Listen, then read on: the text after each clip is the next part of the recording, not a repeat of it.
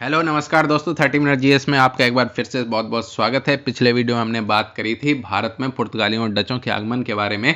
अब बात करेंगे भारत में अंग्रेजों के आगमन के बारे में। तो डचों के बाद 1599-1600 में ब्रिटिश ईस्ट इंडिया कंपनी का व्यापारिक उद्देश्य से भारत में आगमन होता है। उद्देश्य पहले व्यापारिक ही था, यानी कि राज्य करना नहीं, व्यापार करना मुख्य उद्देश्य था।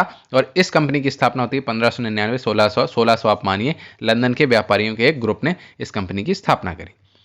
इस कंपनी का औपचारिक नाम था the governor and company of merchant of trading into the east Indies. और इस कंपनी का गठन मूलतः पूर्वी देशों के साथ व्यापार के लिए किया गया था। साथ साथ कंपनी का मूल उद्देश्य पूर्व के साथ मसालों और काली मिर्च का व्यापार करना भी हुआ करता था। एक बात याद रखनी है आपको कि अभी तक जो हमने पुर्तगाली ईस्ट इंडिया कंपनी और डच ईस्ट इंडिया कंपनी की बात करी, वो सब सरकारी कंपनियां थी, लेकिन ब्रिटिश ईस्ट इंडिया कंपनी एक प्राइवेट कंपनी हुआ करती थी।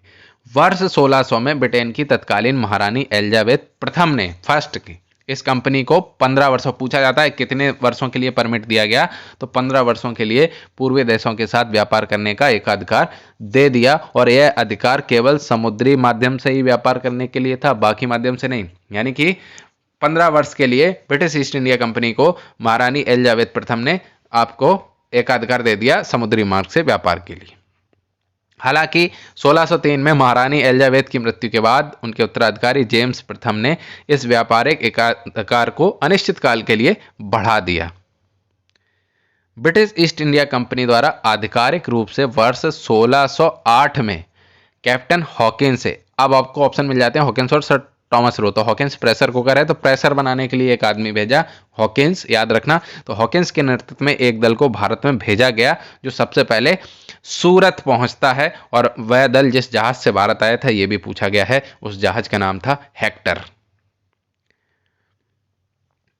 इस प्रकार समुद्री मार्ग से भारत में ईस्ट इंडिया कंपनी का पहला प्रतिनिधि कैप्टन हॉकिंस था, जबकि निजी रूप से 1599 में भारत आने वाला ब्रिटिश व्यापारी जॉन मिल्डेन हॉल था। ठीक है।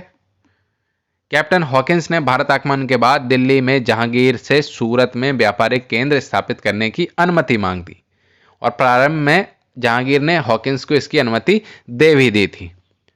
बाद में स्थानीय भारतीय व्यापारियों एवं पुर्तगालियों के विरोध के कारण या दबाव के कारण जहांगीर ने इस अनुमति को रद्द कर दिया, किंतु पुनः 1613 में जहांगीर ने कंपनी को सूरत में व्यापारिक कोठी स्थापित करने की अनुमति प्रदान कर दी। क्यों कर दी?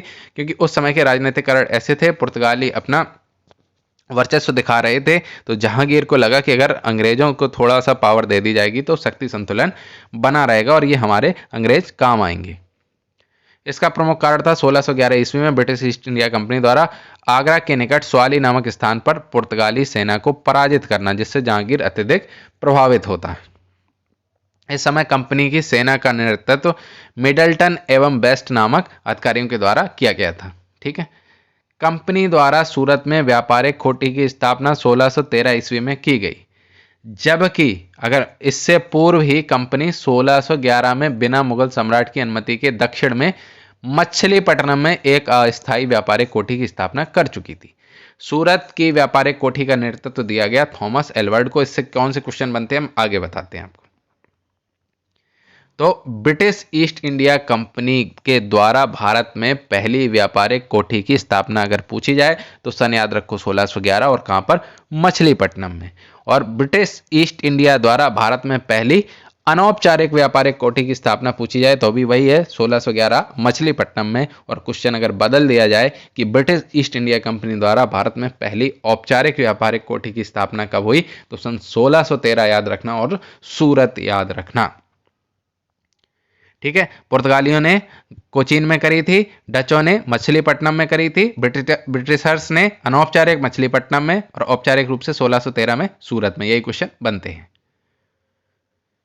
सूरत और मछलीपट्टनम में व्यापारिक कंपनी स्थापित करने के बाद ब्रिटिश ईस्ट इंडिया कंपनी के आह्वान पर उस समय के ब्रिटिश सम्राट जेम्स प्रथम ने अपने एक दूत को जहांगीर के दरबार में भेजा था। और इस दूत का नाम था सर थॉमस या टॉमस रो। और यह ब्रिटिश ईस्ट इंडिया कंपनी और भारत के मध्य व्यापारिक संधि के उद्देश्य से जहांगीर के दरबार में आया था। वस्तुतः ईस्ट इंडिया कंपनी पुर्तगाली कंपनी की नौसेना और समुद्र शक्ति से परिचित थी और पुर्तगाली कंपनी के सामना करने में उस समय असमर्थ थी। ब्रिटिश ईस्ट इंडिया कंपनी को ब्रिटिश सरकार का समर्थन प्राप्त था, किंतु इसके बावजूद पुर्तगाली सरकारी कंपनी की तुलना में ब्रिटिश कंपनी एक निजी कंपनी थी। इंपॉर्टेंट है, ब्रिटिश कंपनी कैसी थी? निजी थी और केवल व्यापारिक उद्देश्यों पर केंद्रित होना चाहती थी। इस समय ब्रिटिश ईस्ट इंडिया कंपनी ने तो भारत के संदर्भ में व्यापारिक एकाधिकार प्राप्त करने की ना तो इच्छुक थी और ना ही वह साम्राज्य विस्तार करना चाहती थी। केवल वो व्यापार के उद्देश्य से आए थे।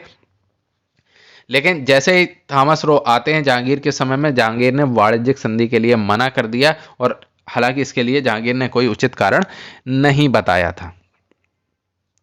किंतु इतिहासकारों का मानना है कि तत्कालीन मुगल शासक विदेशी व्यापार, विशेषकर समुद्री व्यापार को अधिक महत्व नहीं देते थे। यही तो उनकी अदूरदर्शिता थी और ना ही भारत जहाजरानी के क्षेत्र में इतना विकसित था और साथ ही साथ उस समय पुर्तगालियों के विरोध का भी जहांगीर को डर था।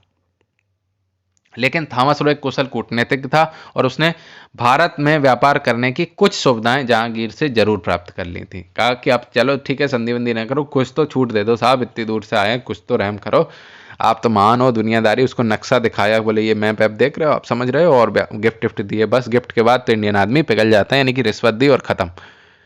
इसी क्रम में ब्रिटिश ईस्ट इंडिया कंपनी ने 1623 ईस्वी तक सूरत, मछलीपट्टनम, भड़ौच, अहमदाबाद और आगरा में अपनी व्यापारिक कोठियां स्थापित कर ली। कहाँ? सूरत, मछलीपट्टनम, भड़ौच, अहमदाबाद और आगरा में। अंग्रेजों की बढ़ती व्यापारिक गतिविधियों के कारण पुर्तगालियों के साथ उनका संघर्ष होना स्वाभाविक ही था, क्योंकि पुर्तगाली समझ गए थे कि अब हम सिंगल नहीं रहे, यहाँ पर कंपटीशन बढ़ गया है। लेकिन अब अंग्रेजों ने भी अपनी नेवी को पुर्तगालियों की तुलना में बहुत ज़्यादा समृद्ध और मजबूत कर लिया था। अतः 1620 में नौसेना युद्ध में अंग्रेजों ने पुर्तगालियों को परास्त कर दिया। दूसरी ओर व्यापारिक संघर्ष के कारण पुर्तगाली कंपनी एवं केंद्रीय मुगल सत्ता में भी पहले ही से लड़ाई थी। जब हुगली से पुर्तगालियों को हरा दिया था, इस कारण से उनमें पहले ही लड़ाई चल रही थी। अंग्रेजों ने इसका पूरा फायदा उठाया। इसका अप्रत्यक्ष लाभ अंग्रेजी कंपनी को मिला, क्योंकि इससे पुर्तगाली कंपनी ब्रिटिश कंपनी के संदर्भ में बैलेंस में बनी रही। और इसी क्रम में 1633 में मुगल सेना ने पुर्तगालियों को कलकत्ता एवं हुगली से विस्थापित कर दिया, यानी कि हटा दिया। किसने? मुगल्स ने। अगले कुछ दशकों तक विभिन्न यूरोपीय व्यापारिक कंपनियों के बीच छोटे संघर्ष होते रहे, किंतु व्यापारिक गतिविधियां निरंतर प्रसारित होती नहीं, यानी कि दोनों साथ साथ चल रहे थे। इसी बीच 1616 में डेनमार्क की व्यापारिक कंपनी भारत में आती है और इसके द्वारा वर्ष 1620 में त्रावणकोर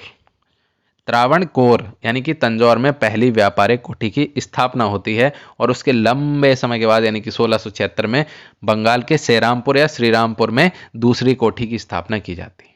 किसके द्वारा? डेनिश व्यापारियों के द्वारा। ठीक है, तो डेनिश से आप क्या याद, डेनमार्क याद रखो और त्रावणकोर, त्रावण यानी 3 से याद आता ना त्रिभुज, तो मार्क, तो मतलब ऐसी घटिया ट्रिक है लेकिन याद करने के लिए कि पहली कोठी कहाँ बनाई, तो त्रावणकोर आपको याद रख लेना है। त्रावण माने 3 और मार्क माने कोई भी चिन्ह, तो 3 का चिन्ह है, तो त्रावणकोर डेनिश व्यापारियों के द्वारा बनाई गई थी। किंतु डेनिश कंपनी ने भारत में अपने व्यापारिक उद्देश्यों को अत्यधिक प्राथमिकता नहीं दी। क्यों? क्योंकि यह तो बहुत छोटी निजी व्यापारिक कंपनी थी, दूसरी भारत में व्यापार का इन्हें कोई अधिक लाभ प्राप्त हुआ ही नहीं। अंततः 1745 में डेनिश ने अपनी सभी बोरिया बिस्तर समेटे और ब्रिटिश ईस्ट इंडिया कंपनी को बेच दिए और भारत से लौट के बोले राम राम जी, हमारे बस की नहीं है। जब पुर्तगाली व्यापारिक कंपनियां भारत में अपनी स्थिति एवं शक्ति को खो रही थीं और ब्रिटिश कंपनी अपना व्यापारिक प्रसार कर रही थी, उसी दौरान एंट्री होती है नए विलन की। वो कौन था? 1664 ईस्वी में फ्रांसीसी ईस्ट इंडिया कंपनी की स्थापना होती है और जो भारत में व्यापारिक उद्देश्यों से आती है। अब बात करेंगे फ्रांसीसियों के भारत आगमन के बारे में, तो इसकी चर्चा करेंगे अगले वीडियो में।